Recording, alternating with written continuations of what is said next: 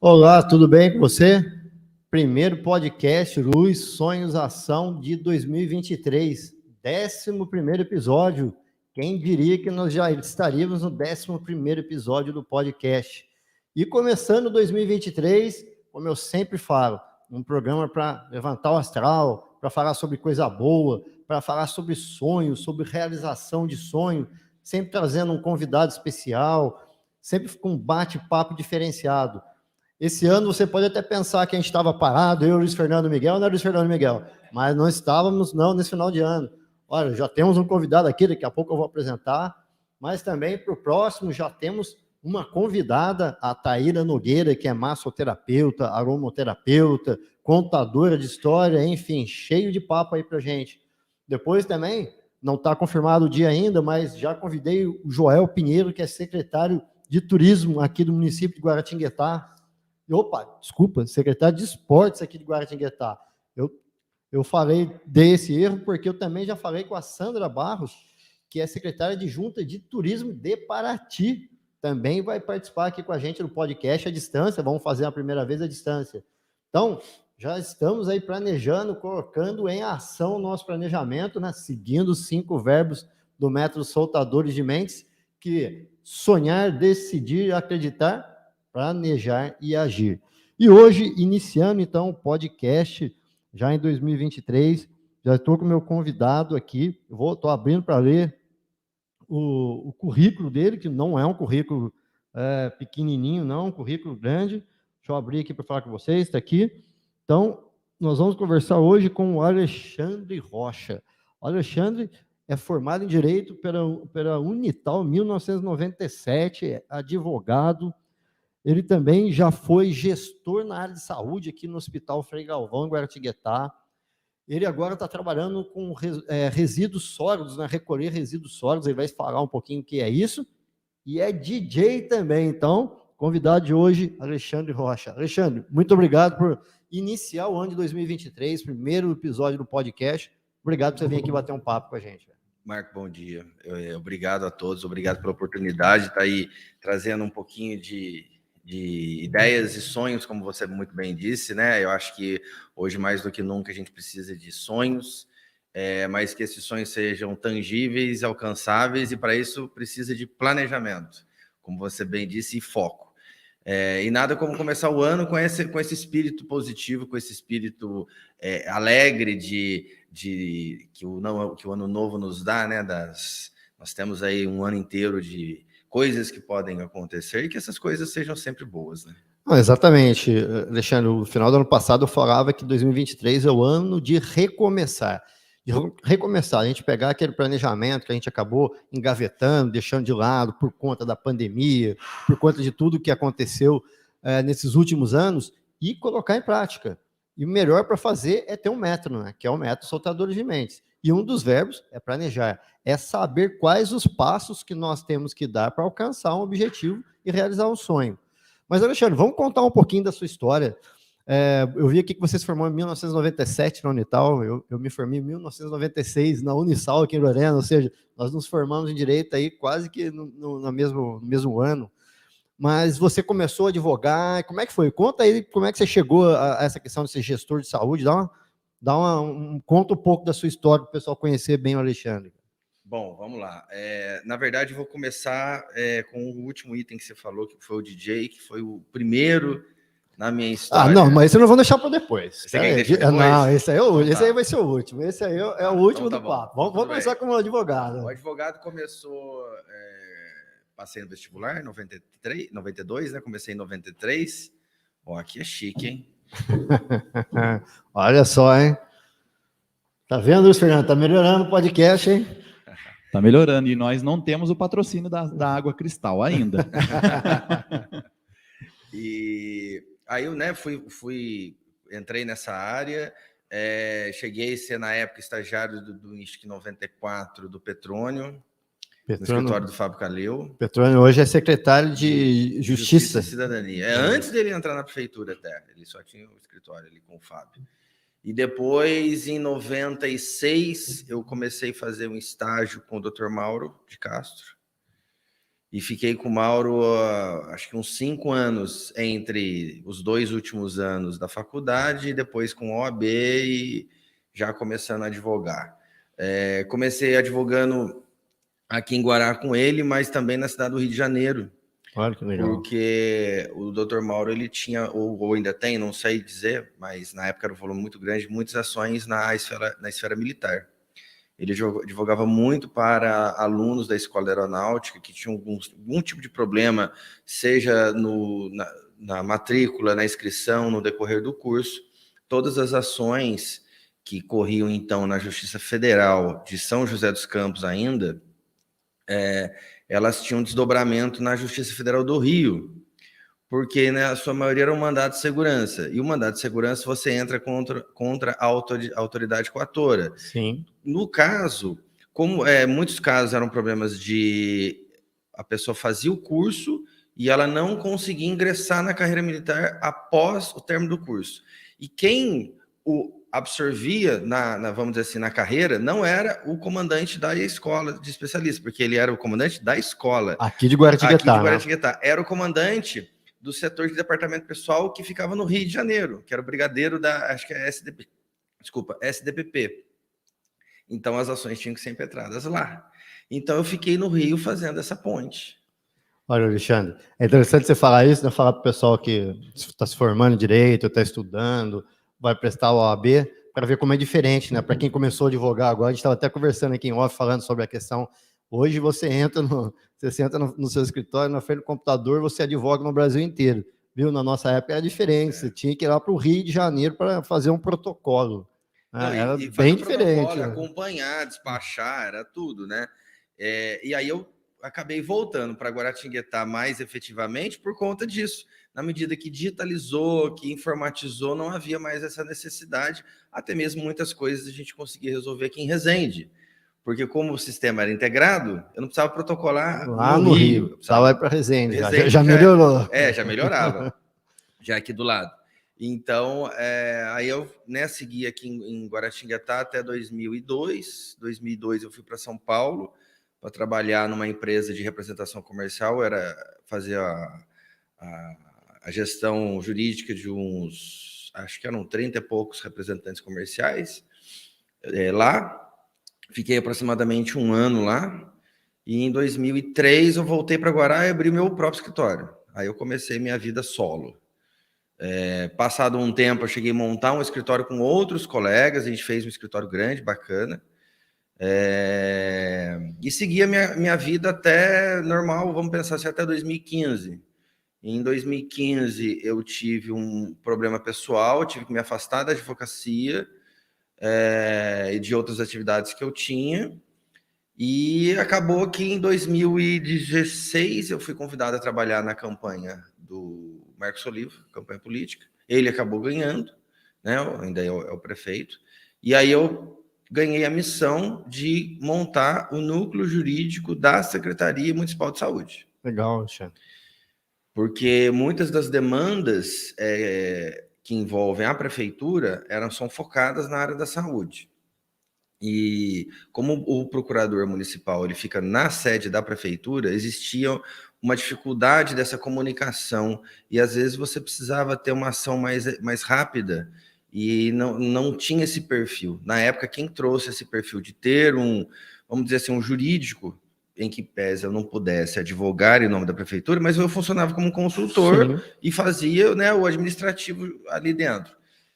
Foi a secretária de saúde, ela veio desse modelo do governo do estado, que isso existe dentro do governo do estado, e aí foi implantado lá e fiquei lá 2 anos. Então, foi onde eu fui contaminado pela gestão. Aí que você começou a mexer com gestão de saúde, você foi contaminado pela gestão. Né? Exatamente. Aí acabei, aos poucos, nesses 2 anos, me distanciando um pouco da advocacia, né?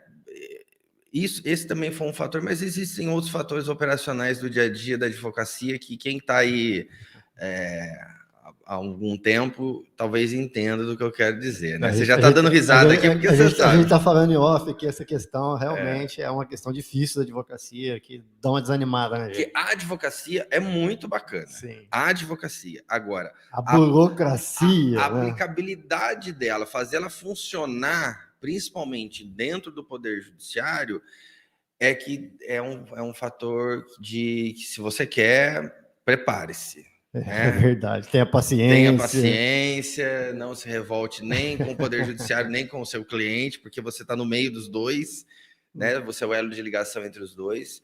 E então eu acabei migrando, né, para a área de gestão, inicialmente na gestão pública, e depois, em 2019, eu fui trabalhar no Hospital Maternidade Frei Galvão. E por lá fiquei até final do ano passado. Aí já trabalhando na gestão de saúde, com um olhar comercial, né, de trabalhar os produtos do hospital enquanto produto e vendê-lo, mas existia a missão do relacionamento, da network da instituição, em fazer com que aproximar a sociedade da instituição, que é uma instituição católica. Então, tinha-se que perder um pouco esse contato, viés, né? esse viés, e que na época, em 2018, havia retomado, então eu entrei em 2019 para fazer esse trabalho lá. E aí foi onde eu praticamente saí da advocacia, em 2019, quando eu iria completar, na verdade, completei 20 anos, exatamente 20 anos, eu falei, não, agora vamos para os novos desafios. Então, isso que é interessante. A gente estava falando, eu falei aqui em recomeçar. E isso é um exemplo para as pessoas, Alexandre, porque uma das coisas que eu vejo, que eu enxergo, tem muita gente que passa 20, 30 anos fazendo a mesma coisa e a pessoa parece que não gosta daquilo, mas continua. E não entende que você não está condenado. Você não é condenado a fazer uma coisa que você não gosta. Inclusive, é engraçado que eu preparei uma postagem que eu vou soltar no Instagram mais tarde, falando sobre isso. Falando sobre fazer o que a gente gosta, descobrir quais são os nossos talentos. Todo mundo tem talento. E você vai descobrindo, às vezes, no decorrer da vida, como você começou a falar, como você falou, né? Eu fui contaminado pela gestão.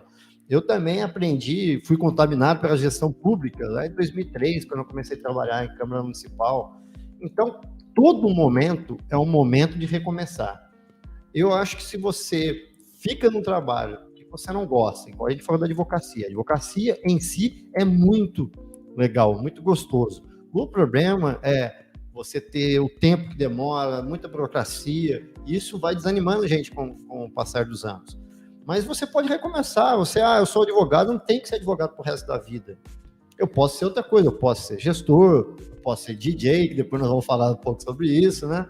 Mas é interessante ver exatamente isso. Ninguém é condenado a fazer a mesma coisa, ficar no trabalho pro resto da vida, como o Alexandre está demonstrando. E, Alexandre, aí você entrou lá, você foi contaminado, como é que foi daí lá o trabalho?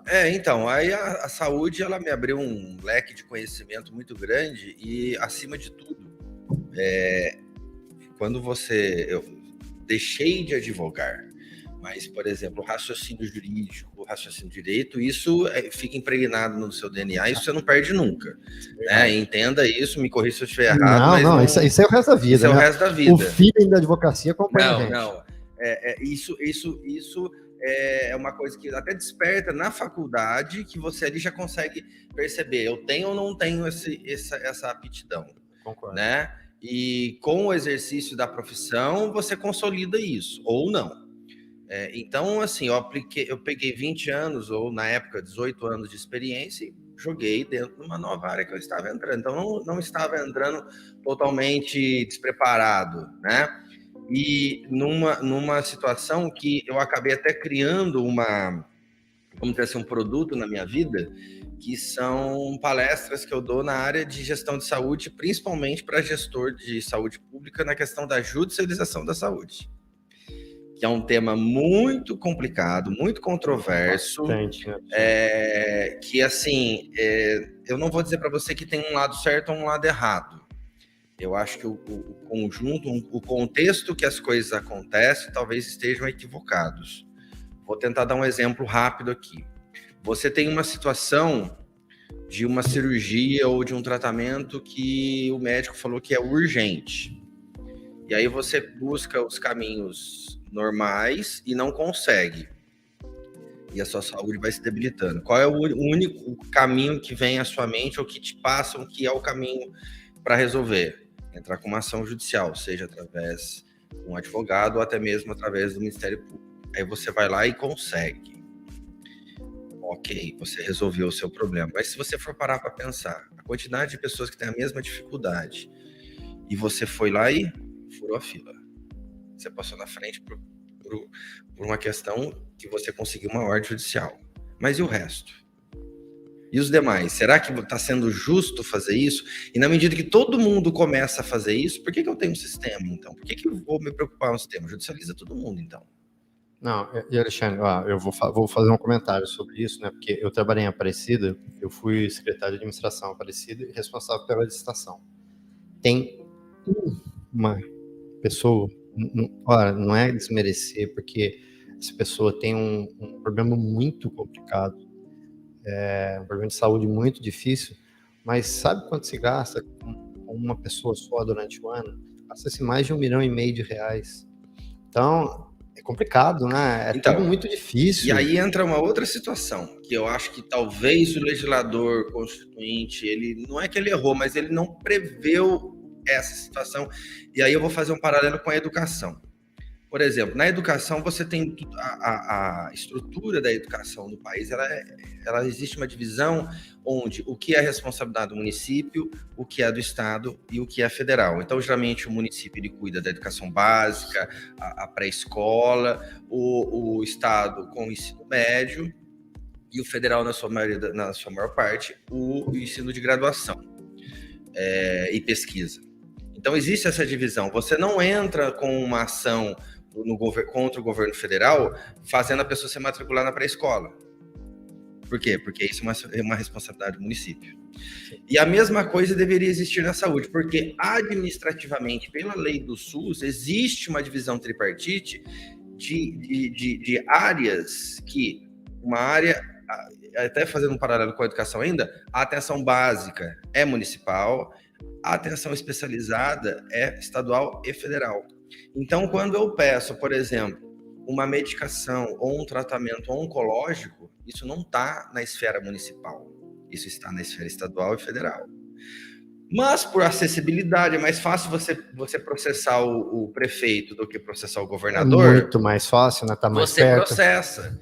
E o Poder Judiciário, por sua vez, também erra em conceder essa liminar. Porque ele pensa, essa pessoa está precisando, eu vou tentar resolver o problema dela o mais rápido possível. Mas esse mais rápido possível gera essas discrepâncias. Existem casos onde um tratamento de uma medicação que foi obrigado ao município a arcar, ele era maior que o PIB do município. Então, o secretário de saúde chegou para o juiz e falou assim, desculpa, o prefeito, chegou para o juiz e falou, não, eu vou fazer, mas tá a chave da prefeitura aqui, eu não tenho mais orçamento. Alexandre, essa é uma discussão muito complexa para quem trabalha, para quem não tem essa ideia, né, nunca trabalhou em prefeitura, é difícil. Por quê? Porque a nossa Constituição Federal, falando de algo mais profundo mesmo, uma discussão profunda aqui, a repartição, primeiro, de receitas já não está legal, né? Porque vai se tirando a receita do município, o município pequeno depende de emenda parlamentar, depende de deputado vir aí passar, né, essas emendas as emendas secretas que todo mundo acompanhou no final do ano, emenda secreta, que absurdo. O município depende disso, o município pequeno depende dessas emendas, então isso não deveria acontecer, deveria ser repartido as verbas, as receitas de uma forma melhor. E daí o que acontece? Cada vez vai se colocando mais obrigações para o município, só que não vem o dinheiro. Igual a questão da educação mesmo que você falou. Antigamente não era a responsabilidade do município, a responsabilidade do ensino fundamental. Daí se colocou, mas e a verba para isso? Aí na saúde, vai colocando cada vez mais obrigações e não tem uma contrapartida. O SUS, Sistema Único de Saúde, como deveria funcionar, como como um programa que você vai lá e faz uma contratação de um plano de saúde. Você vai no médico, você tem uma carteirinha, passa, vai lá e te saca do seu plano. O SUS deveria fazer do mesmo jeito. Eu trabalho em Paraty, estava em Paraty ontem, por exemplo. Aconteceu alguma coisa. Eu poderia ser atendido lá com a minha carteirinha. Da onde que eu sou? Sou de Guaratinguetá, ou sou, não importa da onde. A verba deveria vir da União, né? Deveria vir diretamente de uma conta específica, mas não funciona assim. Dificulta tudo. Uma parte dessa estrutura é assim. Por exemplo, vamos seguir o seu exemplo aí. Você estava em Paraty, você teve um problema, passou no pronto-socorro. É um caso de urgência e emergência. A unidade é obrigada a te atender. Sim, obrigação. Seja aqui, se eu sou de Guará, em Aparecida, se eu sou de Guará, em Paraty, não interessa. Agora, o que você não vai conseguir em Paraty é fazer um tratamento. Por quê? Dentro dessa estruturação, a verba de urgência e emergência é do município.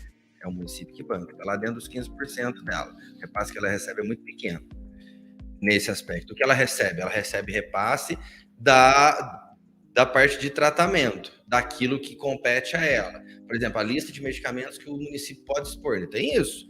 Existem medicamentos que o município pode expor, existem medicamentos que ele não pode expor. Se um juiz manda ele comprar, mas não está na lista, ele vai fazer uma compra emergencial, ele vai fazer no máximo uma tomada de preço, mas ele não faz parte da rotina dele, não está na rotina dele. Então, você vai ter que se dirigir à sua cidade, aí ali na sua cidade você fazer aquele tratamento. Por quê? Para aquele tratamento, baseado no IBGE, por isso que é muito importante o IBGE, tentaram passar batido aí com o IBGE, mas os números do IBGE são importantíssimos, porque baseado nesse cálculo que você calcula o repasse que o Ministério tem que fazer por número de habitantes. Se eu não tenho um número de habitantes fidedigno, por exemplo, acho que foi em 2020 que não quiseram fazer e acabaram fazendo no ano passado. Mas se eu não tenho esse número fidedigno, esse repasse vai ser errado. Ele não vai cobrir o número de habitantes que eu tenho. Então vai faltar dinheiro. A Constituição fala que os municípios têm por obrigação despender 15% do PIB dele com saúde. A maioria dos municípios que eu conheço varia ali entre 28%, 35%, 30% no mínimo. Por quê? Porque essa conta não fecha.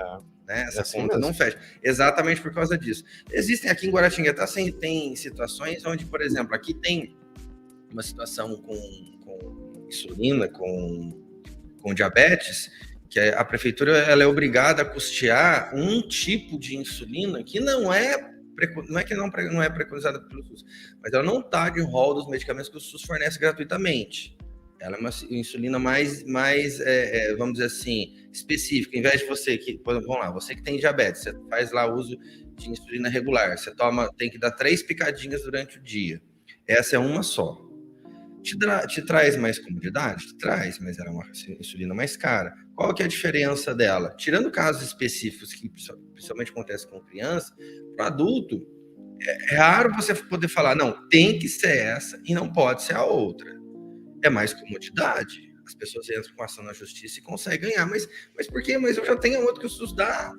E aí, se você faz uma compra, vamos lá, vamos supor, você gasta lá 300 mil reais mês para um grupo de pessoas, eu podia estar gastando esses 300 mil reais com outra coisa, que ia atender mais pessoas. Então, essas discrepâncias que acontecem dentro desse universo chamado judicialização da saúde, eu fiquei muito envolvido com isso, gostei muito dessa área, porque eu absorvia o meu conhecimento jurídico, mas eu estava indo para uma outra área também, né? E isso não acontece, nós estamos falando de SUS, mas isso acontece também na saúde suplementar, que é o particular, que é o convênio. Por quê? Você tem um modelo hoje, onde se você tem lá fez um contrato com a operadora X, a operadora X te dá um rol de cobertura, e você começa a usar. Num dado momento, você precisa de algo que não está no rol. Aí você tem uma disputa jurídica aí, onde eu tenho, de um lado, o pacta sunt servanda, Daí você matou, pessoal. Certo? Isso aí vem lá dos anais do direito, né? O que está no contrato é lei entre as partes. Exato. Se você assinou, Traduzindo. Se você assinou aquele contrato, você está de acordo. Tem que cumprir o contrato. Certo? Assinou, né? Assinou. O fio do bigode. Mas se o que eu estou precisando está fora do contrato, se eu não me engano, o artigo 199 da Constituição, dos artigos que fala da saúde, a União, né, o governo, o Estado, ele autoriza o particular a explorar a saúde desde que ele assuma o mesmo perfil que o SUS faz. Então, assim, baseado nisso, a operadora ela vende um pacote, ela vende um modelo para ela poder mensurar uma certa quantidade de previsibilidade de riscos, de ações que a pessoa pode passar, para ela ter um valor de comércio. Seu lucro dela. E ela poder. Mas se passa, ela é obrigada a bancar. E aí eu entro no artigo 6º da Constituição. A saúde é o bem maior. A saúde, a assistência social é o bem maior que nós temos. Então eu fico numa disputa entre aquilo que está no contrato, que teoricamente a operadora está certa, eu vou ter que cumprir o que está aqui no contrato, passou, não vou cumprir. Mas o direito à saúde é o bem maior que nós temos. Então existe essa disputa. E, logicamente, os tribunais vão pelo bem maior. Pelo bem maior, sim, certo? E aí, só que o que acontece com isso? Se isso começa a acontecer muito, impacta lá no caixa da operadora. E aí a operadora, o que acontece? Ela tem, isso aumenta o que eles chamam de sinistralidade, ela tem que repassar esse custo para quem paga ele bonitinho e que às vezes nem usa. Como acontece com o seguro, né? Eu pago para meus filhos, eles têm plano de saúde, eu pago para os dois. Fala a verdade pra você, nem me lembro a última vez que eles foram no médico. Mas, como são crianças, né, você fica com medo de uma urgência, então eu acabo pagando. Eu já fiz um cálculo uma vez, Alexandre, eu falei que se a gente, ao invés de pagar o plano de saúde, se realmente você conseguir guardar aquele dinheiro, deixar guardado, sinceramente é melhor do que você pagar o plano de saúde. Você deixa guardado e você vai ter um dinheiro para uma emergência. Porque se a gente for pegar o SUS, né, falando sobre um pouco de saúde, daí você me corrige se eu estiver errado, eu acho que o maior problema do SUS é a pequena complexidade ali, né? Porque quando você pega média complexidade, alta complexidade, o SUS tem atendimento muito bom. Pelo menos as experiências que eu tive, alguns parentes que tiveram problema, por exemplo, de questão de coração, foram muito bem atendidos na Beneficência Portuguesa, lá em São Paulo. Mesmo tratamento de câncer, tem tratamentos muito bons. O problema é o dia a dia, né? Dos postinhos de saúde, então, ali que pega. É o dinheiro Exato, do município. que é o dinheiro que não tem, não dá, né?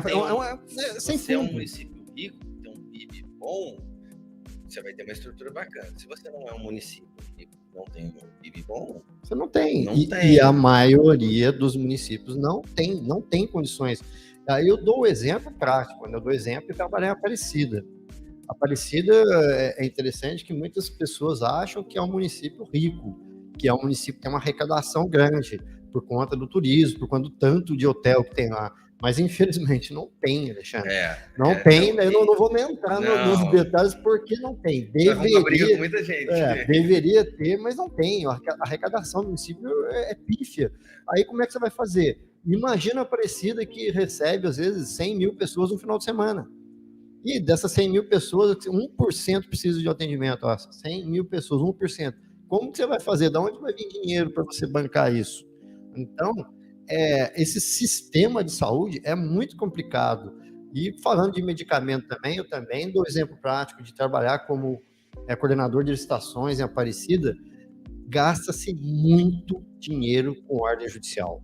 Muito, não é pouco não. Eu dei o exemplo de uma pessoa que tem mais de 1,5 milhão, nem entrando na questão da doença, é uma doença muito complicada, é uma criança, é difícil, mas fica aquela questão, se gasta 1,5 milhão com uma pessoa e outras ficam sem atendimento, então é uma questão complexa, né? Filosófica, inclusive. Dentro da divisão tripartite, a medicação seria responsabilidade ou do Estado ou da União fornecer. Mas Alexandre, agora eu vou fazer uma pergunta para o Alexandre, já que ele está falando disso. Eu também entendo o seguinte, eu acho que O que os municípios deveriam fazer?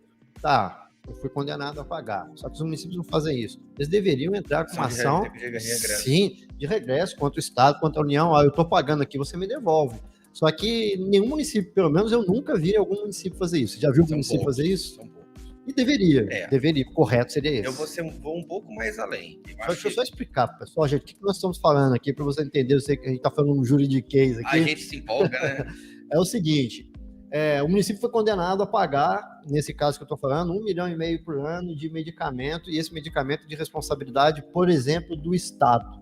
O que o município pode fazer? Entrar com uma ação contra o Estado, falando o seguinte: olha, o juiz da minha cidade mandou eu pagar 1,5 milhão de medicamento. A responsabilidade não é minha, é sua. Olha, me dá esse dinheiro de volta. É isso que a gente está falando, que é uma responsabilidade. Para mim, sinceramente, seria até uma obrigação do município fazer isso. Só que eu nunca vi ninguém fazer, sinceramente. Acho que não fazem até por falta de conhecimento, muitas das vezes, porque, infelizmente, muitos dos gestores, aí, talvez não só da saúde, em diversas áreas municipais, não são técnicos, são escolhidos de forma por uma conveniência política e não técnica. E aí, por falta de conhecimento, não se tem esse hábito. Mas eu iria um pouco além. Eu acho que quando uma pessoa ingressa com uma ação judicial pedindo uma medicação de alto custo, o Poder Judiciário já deveria entender isso, ele não deveria nem receber a ação e chamar ao processo o Estado ou a União. Concordo. Já condenar quem tem que condenar. Já matar no ninho isso. Eu já vi decisões de tribunal no Estado de São Paulo, onde o município entrou contra o Estado e o desembargador falou que a responsabilidade era solidária. E o município não vai receber esse dinheiro. Entendeu? Não. Só que está equivocado. Concordo. Sim, a responsabilidade de prestar o serviço, ela é solidária. Mas a execução dele, o custeio dele não é solidário. Ele existe uma divisão até para você, e você sabe como, né, você já trabalhou e trabalha ainda na área pública, nós temos um negócio chamado orçamento, e o orçamento, existe o orçamento anual e o plurianual, que é para os 4 anos de gestão. Como que um cara consegue fazer um orçamento? Ele vai pensar, eu tenho X habitantes, eu vou gastar com essas medicações, esses tratamentos que são da minha competência. Ele faz o orçamento. Começa a entrar ação judicial atravessando isso, quebra o orçamento numa... Não tem quebra o município. Quebra o município. Cara, eu já vi absurdos assim, que a gente usa até como cases, tipo um juiz mandar uma Secretaria de Saúde a fornecer leite de cabra in natura para uma criança. Aí a Secretaria de Saúde, não é aqui em Guará, tá? Aqui no Vale, mas não é aqui, só para contextualizar. A Secretaria de Saúde teve que contratar um produtor rural, uma cabra, e tirar leite de manhã, todo dia de manhã. Aí você vai pensar, qual é a necessidade disso? Será que aquele nutrólogo, aquele médico que prescreveu essa receita, ele está certo? Será que não valeria uma outra análise? Não teria uma outra solução? É aquilo mesmo? O Poder Judiciário não faz esse tipo de indagação. Ele não pensa... Eu não estou falando para deixar de pensar no estado da pessoa, mas a gente tem que fazer um equilíbrio. Recentemente, o TJSP ele abriu um Sejusc específico para a área da saúde. Vamos lá, traduzindo, Sejusc. Estamos falando com o leigo, Alexandre. É verdade, desculpa, gente. A gente se empolga. Seria uma câmara de pequenas causas, para eles entenderem, né? De acesso fácil na esfera de conciliação. Você não vai brigar, né? Você vai tentar fazer um acordo ali. Intermediário. São câmaras de acordo. Você tentar fazer um acordo para não ir para a justiça. O Tribunal de Justiça de São Paulo ele teve essa iniciativa. A cidade de São Paulo já tem alguma coisa semelhante e o próprio tribunal tem isso na cidade de São Paulo. Fica até em estações do metrô, não vou me recordar agora, para facilitar o acesso, onde as pessoas levam as dificuldades que ela tem e aquela unidade entra em contato com o gestor público e tenta intermediar para não precisar entrar com uma ação judicial. Porque para a justiça, se você for pensar, é mais uma ação que toma um tempo. E muita ação, né? Muita ação vai entupindo o judiciário. É só falta de comunicação. Por quê? A pessoa ela não sabe aonde pedir. Ela não sabe que ela tem, por exemplo, o posto 1, lá o posto de saúde do bairro dela pedir. Mas vamos supor que ele vá lá. Aquele funcionário, às vezes, não está preparado para atender aquela pessoa, dá uma informação errada. Essa pessoa com a informação errada, ela vai lá na Secretaria de Saúde, a Secretaria fala assim, não, você tem que ir no postinho, e a pessoa fica naquele ping-pong. Aí, e o problema dela piorando, aí nesse intervalo ela conversa com alguém, não, procura advogado, vai no Ministério Público, vai na assistência judiciária, vai na OAB ali, consegue um advogado e vai entrar com a ação. E vai ganhar, ou seja, ela furou. Se você tiver alguém que entre em contato e traga ela de volta para o fluxo, você desonera a justiça com uma ação que talvez não precisasse estar lá e resolve o problema do cidadão para que ele siga o fluxo normal que já existe ali. Esse fluxo só precisa funcionar. Aí nós estamos falando de gestão, de planejamento. E é um outro problema de municípios. Não tem gestão, não tem planejamento, principalmente na área da saúde, não sabe como funciona. Eu falo isso porque eu já trabalhei em vários lugares, eu sou uma testemunha viva disso, que infelizmente prefeitura municipal principalmente não leva a sério o planejamento. Você falou aqui do orçamento, do plano plurianual, que são instrumentos de planejamento municipal. Eu dou uma importância tão grande para isso que eu tenho um livro, Alexandre, escrito para vereadores, e tem um capítulo só falando sobre planejamento municipal. Porque se você planejando, você já não consegue... aqui, ó. O Fernando Miguel tem um aqui, Luiz Fernando, tá aparecendo aí? Tá dando para ver? Esse assessor é rápido. Aqui. Como é que eu vou falar para você que o Luiz Fernando tá lendo esse livro aqui, sabe? Tá aqui o manual do vereador que o povo quer. Porque, sabe por quê? Aqui ele vai ser candidato, pré-candidato a vereador aqui, então ele já tá estudando, já tá aprendendo tudo aqui. Já tá chegando, hein? Por isso que ele já tá com o livro de cabeceira dele. Mas então, no livro eu falo sobre a importância. Porque, como você falou, eu faço um planejamento na saúde tendo uma ideia. É uma ideia. Planejamento a gente tem que pensar. Mas você tem indicadores para... Sim. Eu sei quanto eu vou gastar. Se começa a ver ação, vai explodir. E outra coisa, Alexandre, que também, na experiência trabalhando, o que eu vejo também, e daí você pode confirmar. Eu, por exemplo, eu vou na farmácia. Me indicaram para comprar um antibiótico. Eu vou comprar o mais barato. Eu vou comprar o... Como chama? Não é o genérico. O similar, o genérico e tal. Você vai, às vezes, economizar. Você vai o de marca, custa 100, o outro custa 20 e dá o mesmo efeito. Geralmente, nas ordens judiciais, tem a marca do medicamento. Não pode. E o que acontece? Vem na liminar, se você não compra a marca do medicamento, o que você vai fazer? O juiz deveria colocar o princípio ativo, medicamento com esse princípio ativo, tem a marca.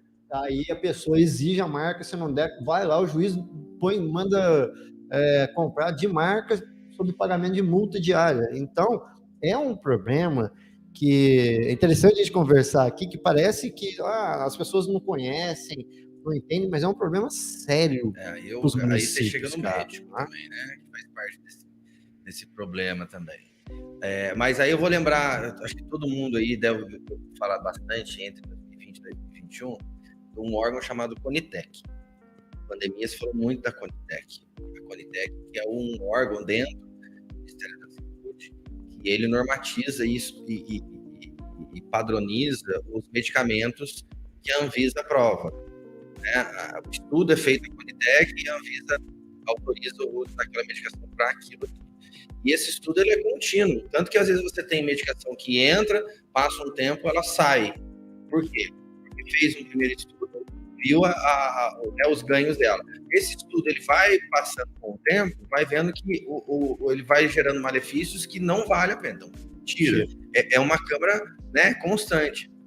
São farmacêuticos, são médicos, são biólogos que estudam essa medicação. E a Conitec, lá atrás, ela foi criada com o intuito de também instruir juízes, promotores, advogados, para quê? Chegou lá um pedido judicial, tem uma medicação que está com o nome comercial. É pesquisar se aquela medicação, se o princípio ativo, tem já disponível do SUS. Por que eu vou comprar algo que o SUS já disponibiliza de graça? Mas porque na Rename, que é a Relação Nacional de Medicamentos, tá por princípio ativo. Você não vai achar o nome comercial lá, então você tem que fazer uma pesquisa. Muitas das vezes os advogados não sabem dessa consulta, nem juízes, nem promotores. Então faz um copia e cola da receita do médico, e muitas das vezes nem os médicos sabem. Porque ou sabem também, aí é outra história. Quer chamar aí é outra já tem aquele lado, deixa eu vender esse medicamento para ficar bem, então, né? Aí já tem o representante que está ali sempre, é outra história. Tudo. Mas enfim, não vamos entrar nessa seara, não. Então os médicos brigar comigo aqui. Mas isso é um fato. Então, assim, e é o que acontece muitas das vezes, não digo na maioria, mas muitas das vezes. As pessoas pedem uma medicação, elas ficam batendo no nome comercial, por quê? Porque foi o médico que disse. E o médico tem aquela coisa meio endeusada, né? O médico disse, é lei, tá tudo certo, mas são seres humanos e às vezes não sabem de tudo também, ou mesmo podem errar. Então, eu acho assim, o que falta, talvez, nessa questão que a gente está falando do SUS, na gestão pública, é um pouco de consenso de todas as partes. Em querer não ficar fazendo as coisas de afogadilha, é isso, faz, já faz. Não, vamos pensar num todo, consulta. Eu vejo com muito bons olhos esse Sejusc da saúde. Eu acho que todo mundo tem a ganhar, porque, na verdade, ele vai resolver uma falta de comunicação. Não está reinventando a roda em fazer isso.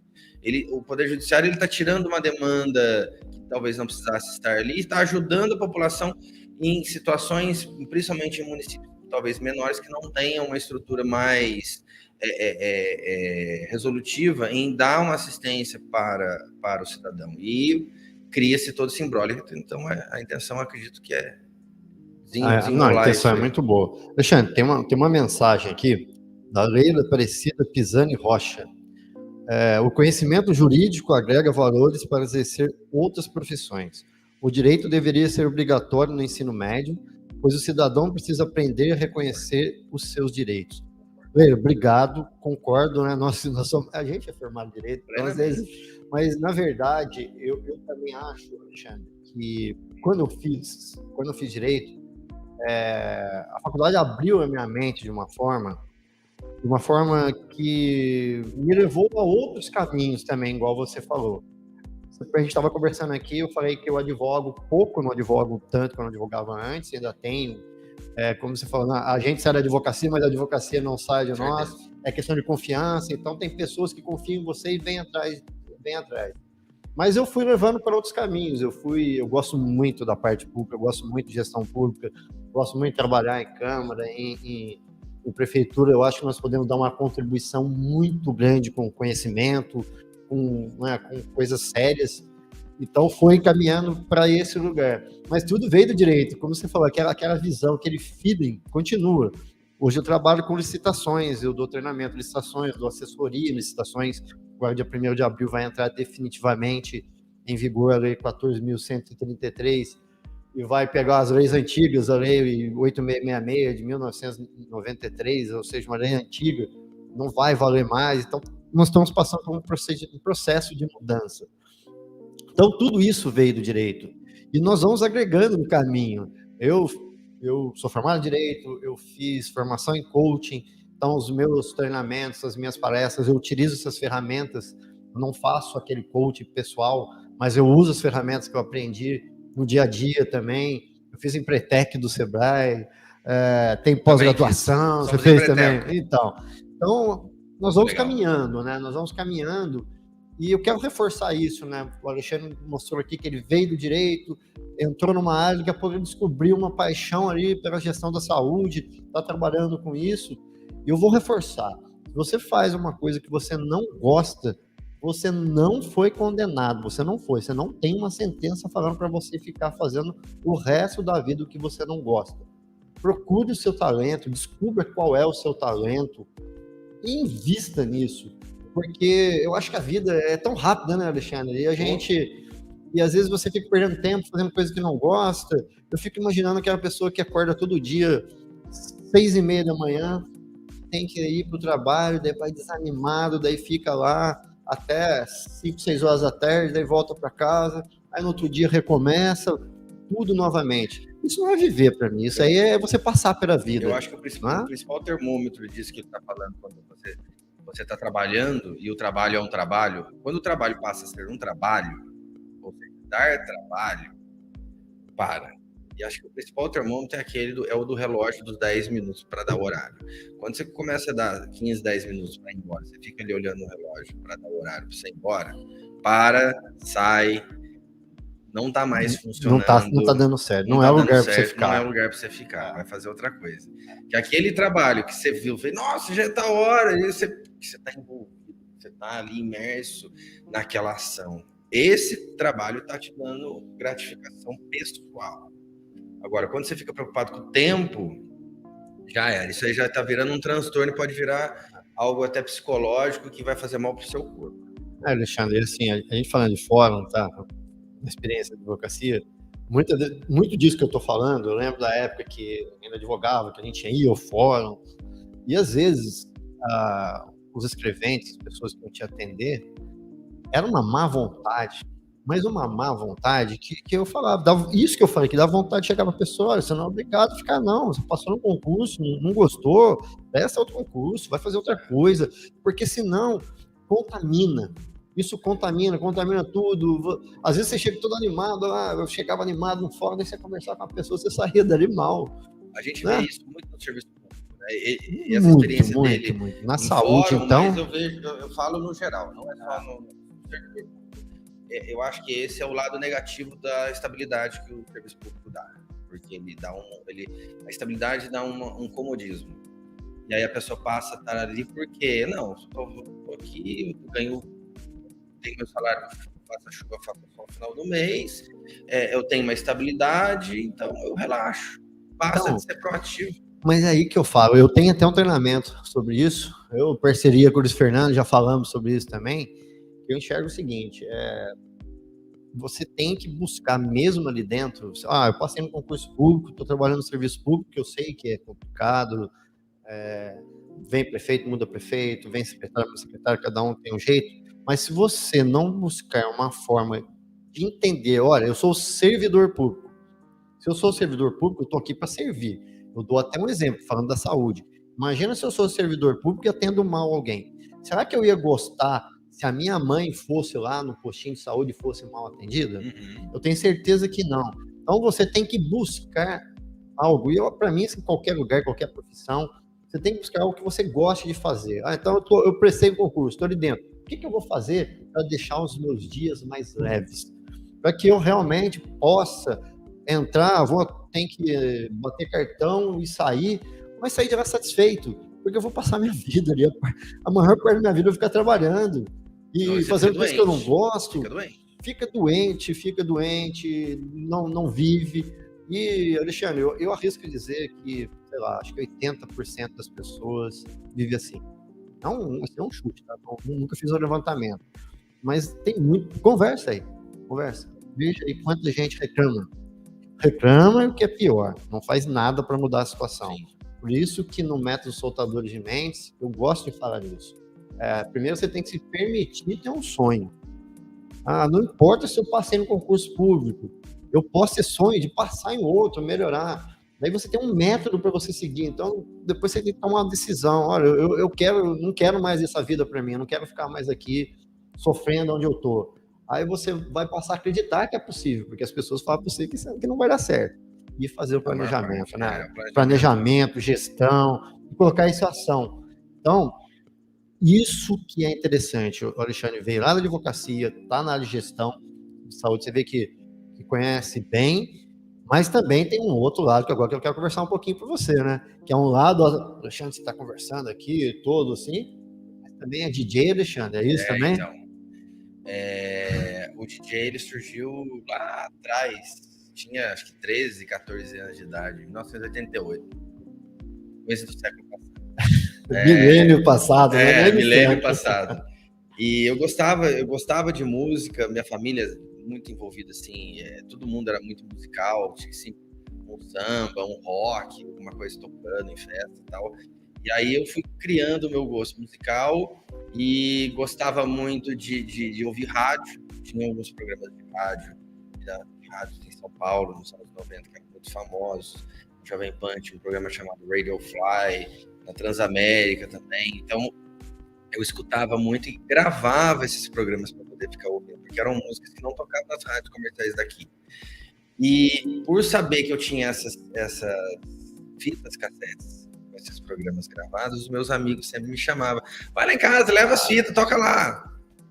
E aí isso começou a acontecer com uma certa constância, eu passei a gostar disso, até que isso em 88. Em 1990 teve no falecido Clube Literário de Guaratinguetá, uma pena, um curso de DJ, com um DJ na época, ele tinha participado de um campeonato brasileiro de DJ, que era promovido por uma instituição inglesa, por sinal ainda existe esse campeonato de MC, e ele tinha ficado em 5º lugar, e ele era de Taubaté. E quem trouxe para ele, quem trouxe ele para dar o curso para nós aqui, foi, na época, era o maior produtor de eventos que tinha aqui na região, um cara muito famoso, infelizmente já falecido, que com certeza você conhece, que é um senhor lá de Aparecida chamado Vadê Pedroso. O Vadê foi vereador em Aparecida. Então, o Vadê, antes de entrar na política, antes de trabalhar com a farmácia, né, que foi o carro-chefe da visão, né, da atuação política dele, ele era um dos maiores produtores de evento que teve no Vale. Né? Ele tinha a Super Domingueira do Moarama, ele trazia shows, ele trazia artistas, ele levava artistas nos clubes, ele tinha um contato muito grande com o produtor da Rede Globo, então ele tinha sempre artistas, fazia baile do Itaguará, baile literário, baile universal, baile no Moarama. O Vadé era o cara que ele ia fazer acontecer. E ele tinha uma loja de discos, ele trabalhava com DJs. E eu acabei fazendo esse curso com o Vadé.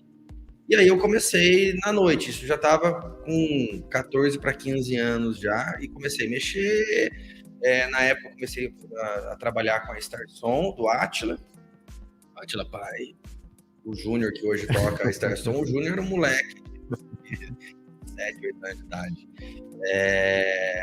E a gente fazia muito baile, e na época não tinha casa noturna, né? Eram os bailes dos clubes. Então era baile no Itaguará, baile no Casusa, baile no Casof, baile no Moarama, baile no Comercial.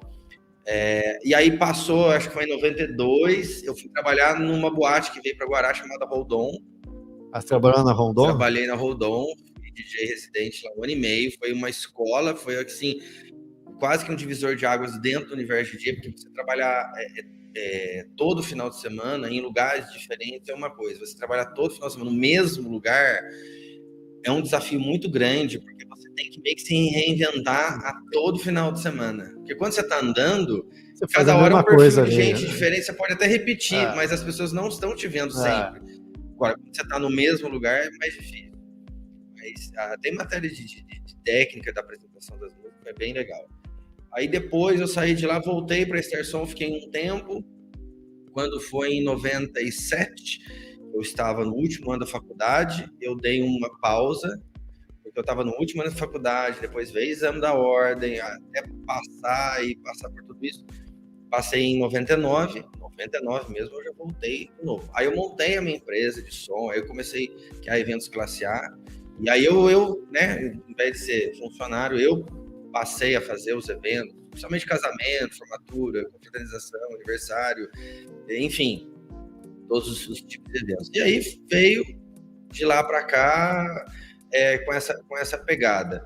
Parei mais agora, no início da pandemia, né? Porque diminuiu. Pandemia não teve jeito, né? E até por conta dessas outras atividades que vocês estão ouvindo aí, assistindo, diminuiu um pouco bastante. A gente vai ficando velho, você não consegue mais. Eu até comentei agora nesse final do ano, eu fiz uma formatura, antes eu chegava a fazer 4 formaturas na semana, tipo, quinta, sexta, sábado, domingo. Hoje, se você faz um baile, você leva uns 3 dias para recuperar, entendeu? Você já, né? Tô com 47 anos, a coisa já é mais complicada. Mas ainda continuo faço ainda alguns eventos, gosto de música. Eu acho que eu sou um apreciador de música, independente do estilo, gosto da boa música. Lógico que eu tenho aquelas que andam no pendrive no carro, né? Acho que todo mundo tem, né? Sim, mas existe um paralelo, Marco, que você me permite fazer, que eu descobri esse paralelo uma vez dando uma entrevista, falando sobre ele, caiu a ficha. Quando eu comecei a trabalhar com o som, quando eu comecei a trabalhar com a advocacia, quando eu comecei a trabalhar com a gestão de saúde, existe um sentimento que liga os três, que é levar felicidade para as pessoas. Seja a felicidade de um sábado à noite, seja a felicidade de um problema que ela tem na justiça, ou que ela tem com alguém na justiça, ou que não seja na justiça, mas que a gente consegue resolver, seja um problema de saúde que ela precisa de algum tipo de ajuda. Então, eu senti uma coisa em mim, uma missão pessoal, que é ajudar as pessoas. Seja ele qual o caminho, né? E eu sinto muita satisfação em saber que eu fiz um baile que foi legal e que a pessoa ela vai começar a semana dela feliz porque ela teve um sábado bacana. Ou que ela tinha um problema com o vizinho dela e a gente conseguiu resolver. Ou que ela estava tendo uma dificuldade com algum tipo de cirurgia, algum tipo de medicação, ou que ela não tinha acesso na cidade dela e, de repente, eu levei aquele serviço para aquela cidade e resolvi o problema dela. Então, essa satisfação é muito gratificante. Isso me faz levantar todo dia de manhã. Não é o ir para o trabalho, porque não é daquilo que a gente está falando. O trabalho ele não pode te dar trabalho, né? Ser penoso, ele tem que ser prazeroso. Alexandre, eu acho que isso que você falou para mim é muito profundo, porque, como eu falei no começo aqui do podcast, a ideia desse podcast é isso, levar coisas boas para as pessoas, porque a gente entra você vai assistir TV aberta, na verdade eu nem assisto há muito tempo, mas assim, mesmo que você entre, né, no Facebook, no Instagram ou algum canal tipo UOL, sempre se dá notícia ruim. Ontem eu estava em Paraty, eu fui almoçar e estava na TV passando um programa, acho que é Balanço Geral, alguma coisa assim. A segunda vez que eu vou almoçar e está passando esse programa.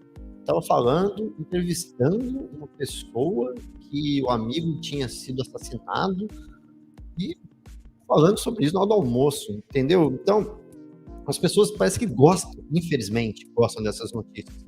Mas eu concordo com você.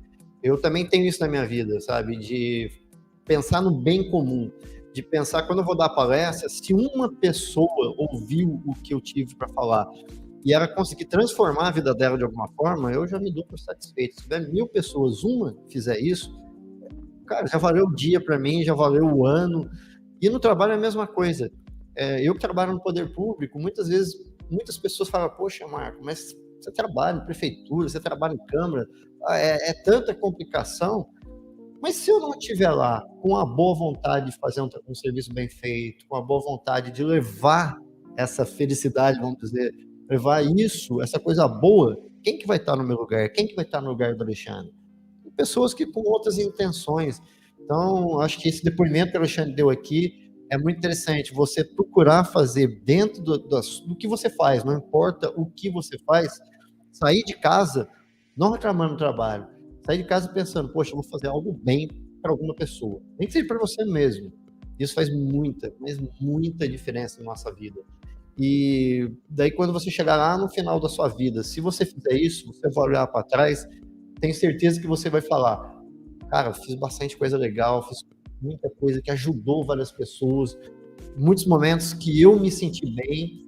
Ou, se você não fizer isso, você vai olhar para trás na sua vida e você vai falar, o que eu fiz na minha vida? Por que eu vivi? Eu simplesmente passei pela vida. E é isso que eu brigo nas minhas palestras, que eu estou com um projeto novo também de lançar um e-book, vou conversar mais, talvez no próximo episódio sobre isso, é tentar mostrar para você que está aí, onde você estiver nos assistindo, tentar levar para você pode sim fazer algo diferente. Você não está satisfeito, procure recomeçar, procure mudar, procure o que você gosta de fazer e faça isso aí com o coração, com a alma. Faz uma diferença enorme na vida, Alexandre. É muito diferente. Então, esse depoimento seu para mim, foi fundamental no dia aqui. Alexandre, tudo que é bom chega ao fim, né? A gente está terminando nosso horário aqui do Eu olhei podcast. o horário, aquele negócio voou, cara. A gente nem sente, né? Quando o papo é bom, a gente vai conversando, a gente podia ficar mais 1 hora conversando aqui, que eu tenho certeza que a gente ficaria fácil. Eu pedi para você deixar um recado, você já deixou um recado excelente, mas deixar outro recado, se quiser mandar um abraço para alguém, fique à vontade, o microfone é seu.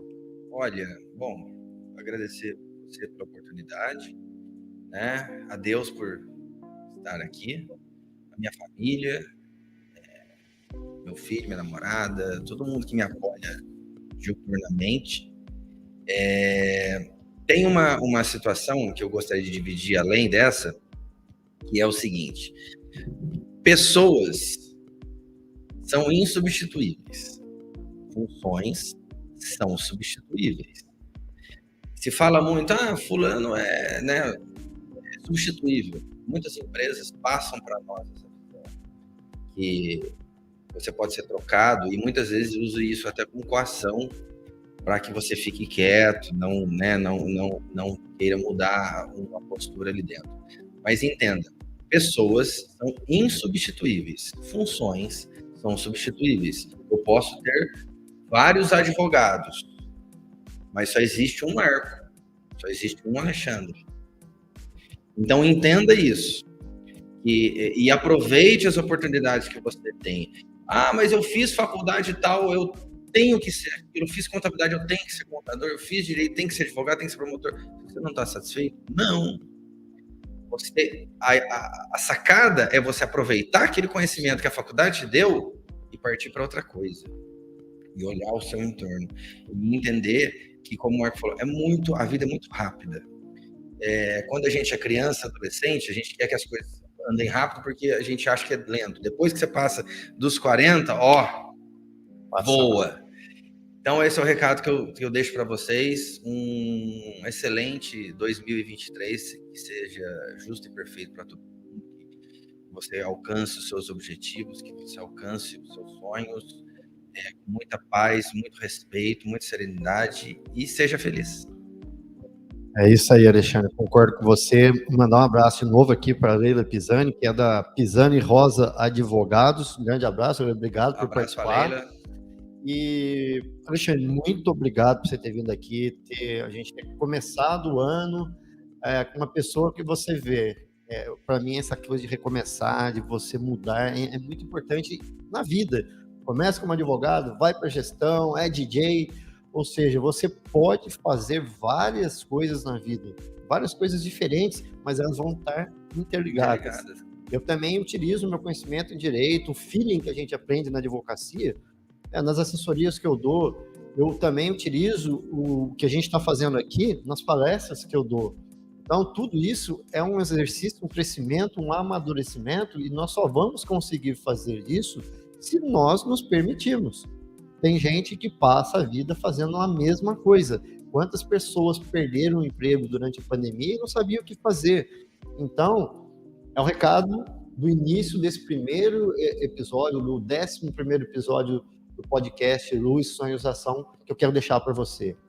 Se você não está satisfeito com o que faz, recomeça. Veja qual é o seu talento, o que você gosta de fazer, o que você acorda, como o Alexandre falou, acorda com felicidade, nossa, eu vou fazer isso, e tenta levar isso para sua vida, para o seu trabalho. Recomece em 2023. Para mim, o ano 2023 é um ano que nós temos que realmente tentar resgatar os nossos objetivos, resgatar os nossos sonhos e colocar esses sonhos, esses objetivos em ação. Então, um grande abraço para você, obrigado por ter nos acompanhado nesse primeiro episódio, 11º episódio do podcast Luz, Sonhos, Ação. Semana que vem estaremos de novo aqui, terça-feira, 8h30 da manhã, direto dos estúdios da Rádio e TV Carmo. Muito obrigado, um grande abraço e até a próxima. Nas escolas da Rede Salesiana Brasil, o conhecimento é a palavra-chave para os anos iniciais do ensino fundamental. Aqui, nossos estudantes encontram um ambiente perfeito para a construção dos saberes necessários para a vida.